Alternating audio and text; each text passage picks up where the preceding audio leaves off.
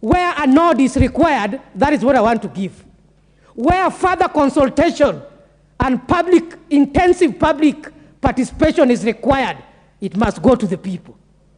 And therefore, I want to appreciate the current government who has brought 4 items into this parliament to legislate over it. Top cream is the 2/3 gender rule. I remember, Mr. Speaker, during my campaign, one of the things that I promised the women, I'm going to be in that parliament and I'm going to push for implementation of 2/3 gender rule once and for all. I want to congratulate all the women who are in this parliament, the senior ones who are not with us here, but are in other levels of government. I want to appreciate those who have earned the position either in private, parastatal, and what have you. I want to inform and categorically go on record that 2/3 gender rule in this parliament doesn't require further debate, requires implementation. It is long overdue. I think we are moving towards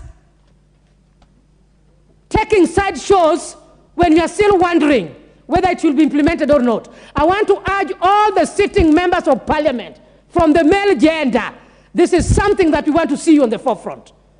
It is the women who are leading this country, right from the village, from the houses where we come from. When a woman is in front, everything is perfect. Mr. Speaker, sir, I want to say that 2/3 gender rule becomes concluded. Let us not debate over this thing until even Jesus will come back and find us we are still pretending over the 2/3 gender rule. On to the second session, which is enshrining NGCDF and GAF. In Kenya, we are 47 women representatives. I'm very happy that we have shifted as a parliament. When we mention NGCDF, it's something, a sixth sense comes into their minds and all minds of the MPs who are representing constituencies, and they mention GAF not left behind. Bensuda is saying GAF is fast. We have seen the fruits of NGCDF, very conspicuous, very objective. In my constituency, I see the classrooms which can be models. I want to thank you, Mr. Speaker, Honorable Kaluma, for what you've done on classrooms in Homa Bay Town constituency. I see what Honorable Adipo Kwame does in the constituency where I cook ugali. There is no debate about NGDCF. If anything, we are calling for an increased percentage, not a reduction, not a debate over it.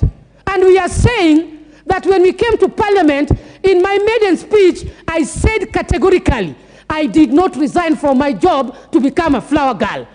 I'm above being a flower girl in the parliament. I'm here to represent. I cannot represent words and statements. I represent work. And work goes along with financial mobilization.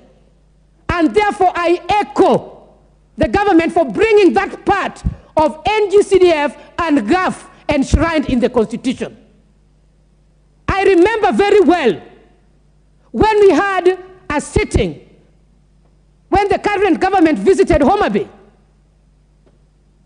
Dr. William Samoei Ruto said, when I stood up to rise on behalf of the 47 women reps, Bensuda, I have already signed that.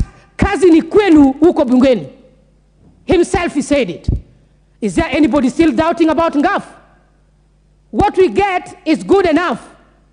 But what we are saying, when considerations are being done for increment, we want women reps to represent effectively and efficiently. And so I support. When I come to the issue, there are 4 issues. We have the issue of the Senate. I want to argue and support from the perspective of a project planner.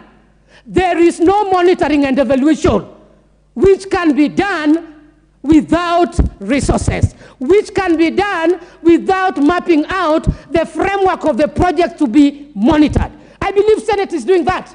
What I'm saying, can there be realistic budget demanded so that when the county governments, the national government is being put into check, then we are doing it from a realistic perspective.